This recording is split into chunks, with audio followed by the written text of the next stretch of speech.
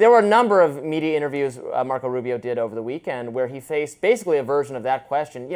Aren't we like normalizing Putin or something by shaking his hand? But I mean, what good would it do to invite him here and be insulting to him? How would that help end the war? So I was very perplexed by that, because this was a media obsession over the weekend. Yeah, I mean, I've a bit of a different view, as I think I do, of the conflict writ large. I mean, I take some of the points you made, and the Brian Krasenstein idea is absolutely nuts. That World War III on just have snipers on the rooftops and take him out as soon as he walks off the plane. I mean, that's like a ludicrous idea. Yeah. I think that the situation in Ukraine is genuinely complicated and difficult, because I think perhaps a little bit more than you take the argument that you can't just embolden Putin or have no deterrent to him doing this kind of thing in the future, whether it's in Ukraine or elsewhere in Eastern Europe.